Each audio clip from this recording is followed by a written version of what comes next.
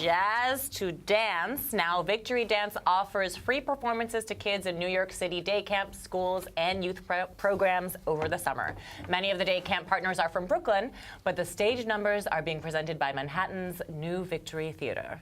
And here to tell us how dance is used as a tool for cultural understanding is Courtney J. Boddie, New Victory's Director of Education and School Engagement. Welcome back to the table. Thank you. Thank you for having me. Still nice love your theater. Still love your Thank you so much for joining us today. Now, I have to say it, and they know this, I love dancing. I think dancing changes people's lives. Absolutely. I think, you know, it just brings out the best of us. So thank you for returning and doing what you do. Can you tell us just originally, how did the program sort of even originate and come about? Absolutely. So just to remind everybody that the New Victory Theater is New York City's premier theater for kids and families, and it's located on 42nd Street. My role as Director of Education School Engagement is to bring 40,000 kids to see shows on our stage year-round. That's it. So Victory Dance is our summer program, and it runs for 4 weeks, and it focuses on bringing professional New York City-based dance companies to our stage at the Duke on 42nd Street this summer to showcase their works that are not necessarily made for kids, but are going to be really exciting and sophisticated work to showcase to young audiences, second grade through 12th or 7 and up, to see really wonderful different styles of dance. And you talked about culture, and so there's different kinds of styles like traditional Indian dance, urban dance, urban dance, lyrical dance, and ballet. Now, we know the New Victory's on 42nd Street, the crossroads of the world, but there are some local Brooklyn folks and campers and groups that are participating. So who are our local folks who are making the trek? Yeah, well, I live in Brooklyn. There you go, Brooklyn. Very important to me that we reach out to all the outer boroughs, and we work with about 12 different summer camp schools throughout Brooklyn, from right here in Fort Greene Sports Day Camp, to Carroll Gardens, to Brighton Beach, to Bed-Stuy. We're also working with the Bed-Stuy YMCA, Brooklyn Children's Museum summer program. So it's really important to us that we're working with kids of all ages and being able to see the amazing work that's happening on our stage. Courtney, why is it important to expose kids to professional dance? Wow. Yes, Why? Why? It's very important. It's important to me. It's important to us. So my background actually is in theater, but I do love to move. I think kids understand dance. I think they understand how to move. That's what they do, right? And dance has this ability to communicate without words.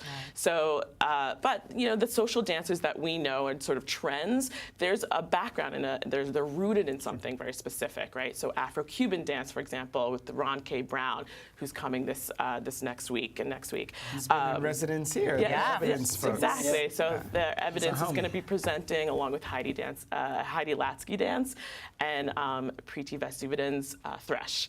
And so between those 3 different dance companies, over the next 2 weeks, the kids are going to be able to see representation, meaning different kinds of body shapes.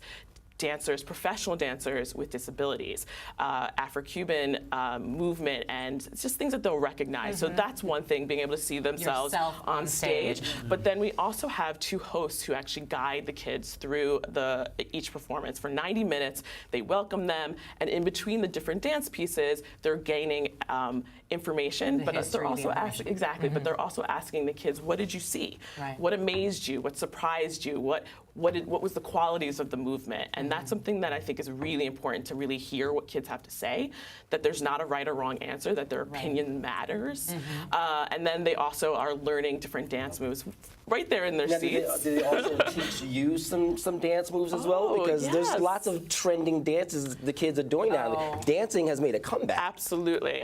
You know, in the past we've had Camila A. Brown, and she's been able to talk. She has a whole series about social dance and how important that is. Social dance is, again, like I said, it's rooted in technique and very specific dance styles and genres. But the idea of kids being able to teach us, absolutely. So we also go into the schools, into the campsites before the kids go see the shows. We're actually helping them understand what they're going to see on stage with our teaching artists. But we're also helping them to say, what do you think? How would you move this? What would it look like in your body to fly?